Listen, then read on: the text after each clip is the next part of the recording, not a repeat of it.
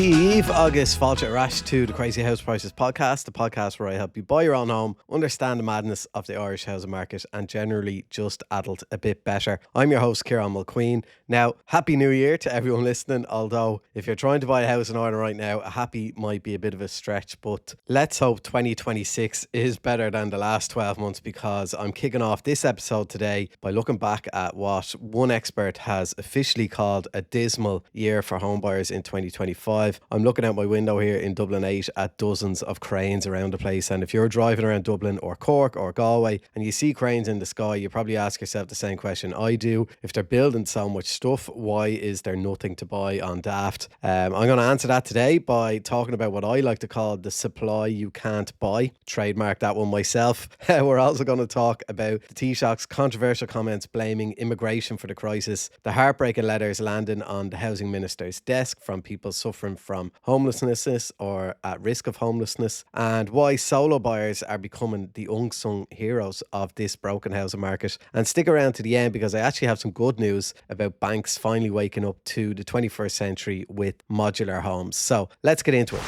We have to start today's episode with the most important article of the week. Lorcan Sir, writing in the Irish Times, asked the question that the government really just doesn't want you to ask: where are all the houses going? So I've had Lorcan on this podcast a few times, and the episodes with him are always the most downloaded, as he's just really good at breaking down the housing market. He's excellent at going through government's policies and highlighting the issues. So the headline of this article was, "This is a dismal year for anyone hoping to buy a house." Now, if you listen to the Minister for Housing, 2025 was a record-breaking year. We had record commencements and record completions, approaching 33 to 34,000 homes. But Lorcan asked the question that matters: where are they? If we built 34,000 homes, why are there queues around the block for viewings? Why are there record low supply numbers on Daft? And here are the figures that the government doesn't actually put out on the press releases. So out of those 34,000 new homes, if you take out social housing, which is approximately 8 to 10,000, strip out one-off housing, so people building on their own land, around 5,000, strip out cost rental and affordable schemes, and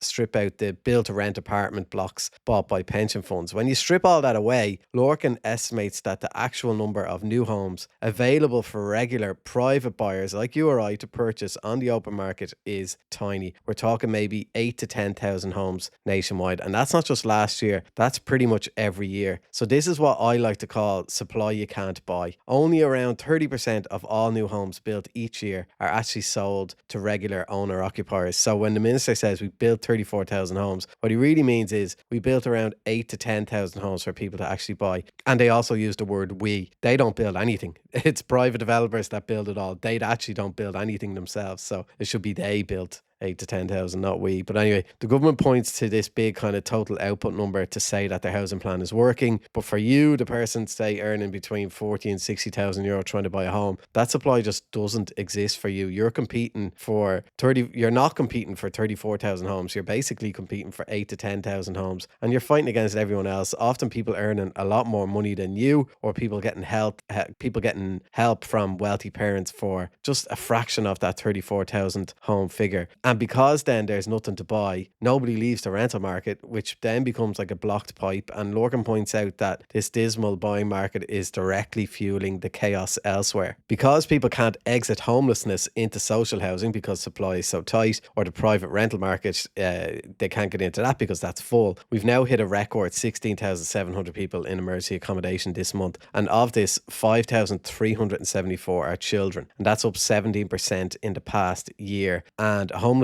has now been normalised, but it's not normal or acceptable to have children growing up in hotel bedrooms or B&Bs. So reducing homelessness should be the measure of this government's housing policy success. And then in terms of renting, rents are still rising. They're going up around about 7 to 8% in reality, and that's despite rent caps, because landlords are basically leaving the market. So we're hearing anyway. So we're seeing a lot of notices to quit because small landlords are selling up into this kind of high price market market. They're cashing in on their assets now, and then there's nowhere for those evicted tenants to go. So when you hear the government and the Taoiseach coming out with completions are up, I just want you to look at the homeless figures. Look at the rental prices. If supply was really booming in a way that they're claiming it is, those numbers will be falling, and they aren't. Things are only getting worse. So my take on this is really simple. We need to stop letting the government gaslight us. Measuring success by total commencements is meaningless if those homes aren't accessible. So Lorcan's article is a reality check. 2025 was dismal because despite all the cranes I'm looking at, the average worker is further away from home ownership than they were in January 2025. So unless things change and unless we change who we're building for, 2026 won't be much different. Now, because the numbers aren't adding up, then the politics are getting really ugly. In a recent interview, the Taoiseach, Micheál Martin, said there is no doubt that immigration has played a part in the housing crisis and homelessness figures. He cited that a significant percentage of new arrivals are non-EU nationals and mentioned family reunification as a factor. He claimed he wasn't dog whistling. He said he was just stating facts. But let's look at the facts. Is the population growing? Yes. Does more people mean more demand for housing? Yes. Obviously, that's just basics. But here is why saying something like that is really dangerous especially for the leader of the country. We have had a housing crisis in this country for decades. So to turn around now, considering it was his party, and it is his party, Fianna Fáil and Fine Gael, who have been in government the entire time, to come out and suggest that immigration is the cause of the crisis is a complete cop-out. The sole cause is their housing policies. It is as simple as that. Decades of underbuilding, allowing 166,000 homes to sit vacant in the last census, relying on the private market to solve a social problem. So please don't let the government, don't let Micheál Martin use this immigration card to distract you. It's literally the oldest trick in the book. When you can't fix the problem, you find someone else to blame. And let's not forget that the vast majority of people coming here are coming here on work visas. They are the ones propping up pretty much every industry in Ireland, especially hospitals, childcare, hospitality, retail. So blaming people arriving today for a crisis that started decades ago under this government's watch is just lazy politics. You're probably overpaying for your mortgage protection. Now, I'm not, because I use Beat the Bank and I've been dealing with them for years. They're an Irish company, and in a world where most companies in the home buying process are out for themselves, it's refreshing to have one that genuinely cares about you. As cliche as that sounds, but they really do. So how they work is they check the main insurers, they match the best price, and then they take more off. It's quick, it's online, and they handle all the paperwork. They also do income protection, life insurance, and soon they'll be doing home insurance, car insurance, even pet insurance. So www.beatthebank.ie to get a quote in seconds. While the politicians argue about immigration stats, the reality on the ground is terrifying. The Irish Times published a report based on freedom of information requests, revealing the letter sent to the Minister for Housing by ordinary people. A 34-year-old father of 3 wrote that he was in a desperate situation and reaching out to you is a last hope. I do not have anywhere to stay right now, he said. My kids come to me at weekends and I spend money trying to keep a B&B or a relative's place over their heads. I earn a salary of €60,000 per year. I have little to show. I've done all I can to make money and not give up, but I am now. There is no help, he wrote. So these aren't just complaints, they're basically cries for help from people. We have pensioners writing to say that they're facing eviction after renting the same house for 30 years. We've working families, people with good jobs, admitting that they are considering sleeping in their cars because emergency accommodation is full. So these letters just prove that the kind of safety net that Ireland had has basically collapsed. The housing assistance payment system is a complete mess. The emergency hubs are full. The private market is way too expensive. And the housing minister then stands up in the Dáil and says the plan is working. But like, how can a plan be working when like a 70-year-old is writing to the government begging for a roof over their head? So if you're listening to this and you're struggling, I just want you to know you're not crazy and you're not a failure. It's the system that is failing. And that's what these letters show, that this crisis is basically hitting everyone from the student to the grandmother. It's a national emergency emergency, and it needs to be treated like one. And unfortunately, it's about to get worse for renters. Now, I promise this podcast won't be all doom and gloom. I'll get to some good news at the end. But the Irish Independent reports that we're walking into an even bigger rental crisis because landlords are selling up in record numbers. In some areas, landlord sales have jumped by 38%. Now, we need a rental sector, obviously. Not everyone can buy and not everyone wants to buy yet. Although I will say I did a survey of, I think it was around 5,000 renters, and 96% of them said they weren't renting by choice, but they're renting because they'd nowhere to buy. But anyway, the way things are now, we currently have an exodus of what they like to claim they're accidental landlords or small landlords. I hate that term because you can just sell the home. The home doesn't just disappear. But, well, what they do is these landlords are blaming taxes, which, I mean, everyone has to pay. So I don't buy that argument. And I think the fear of new regulations. So it seems they're just deciding it's not worth the hassle now for whatever reason. So when a landlord sells a 3-bed house, say, it usually gets bought by a first time buyer, the stats are shown. And that's great. Obviously, I love that. That's great for the buyer. Celebrate that. But to look at the other side of that house maybe used to have 3 or 4 renters in it. Now those 3 or 4 people are evicted and there's just nowhere for them to go. So until the state builds enough cost rental homes to replace these private landlords, which will never happen, it's only going to get worse. So if landlords continue to sell up, it's only going to get worse. So I think what we need to do is just stop rolling out the red carpet for the big pension funds and treat them the same way we treat normal landlords. Everyone has to pay tax. It's not fair that investment funds pay very little to no tax while your normal landlord pays normal tax like you or I do. So they should all just be taxed the same. And I think that's at the core of small landlords' complaints. They want the same tax breaks the funds are getting. And because they don't get them, then they're just deciding to cash in.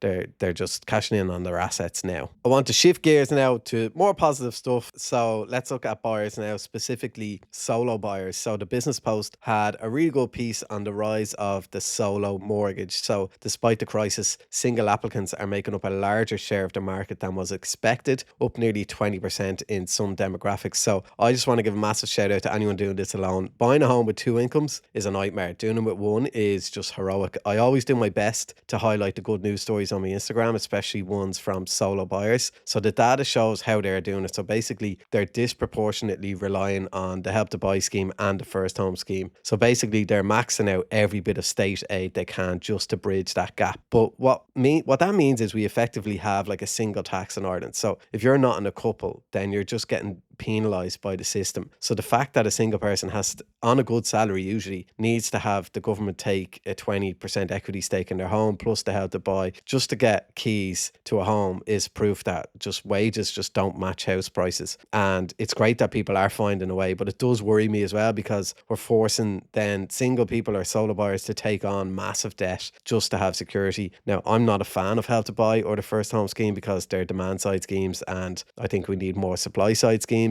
and experts have heavily criticised them, and from a macroeconomic point of view they're just terrible policies that can help increase house prices, but they're worth considering if it gets you out of the rental trap. So to all the solo buyers out there, just keep going. And finally, I promised I wouldn't leave you completely depressed. There was a very interesting story in the Irish Independent this week about a leading bank partnering with a modular home builder to offer green mortgages. So for years people have been screaming about this kind of modern methods of construction which are basically factory built homes. They're A-rated, they're warm, and they can be built within weeks, not months. But the problem is banks have always hated them. They saw them as really risky and they wouldn't give mortgages for them. But this new partnership can hopefully change that, and it signals that banks are finally waking up. So this could be the future. So imagine buying a site and having a house dropped onto it 12 weeks later with a green mortgage. So we're not going to be able to solve a 2026 housing crisis with 1970s technology. We need speed. And if this partnership works, then what that could do is allow other banks to follow it. So it could be a bit of a game changer. Speed is the only way we're going to kind of solve this supply thing. I also think that it could be very useful in terms of, say, the vacant or derelict sites all around the place. So imagine the government properly taxed those sites. It would mean a huge increase in those sites coming to market. And then imagine people could buy them and then get funding to put modular homes on the site. It's just a win-win for everyone. And then we'd have less vacant and derelict homes and more homes built faster for people to live in. And wouldn't that just be great?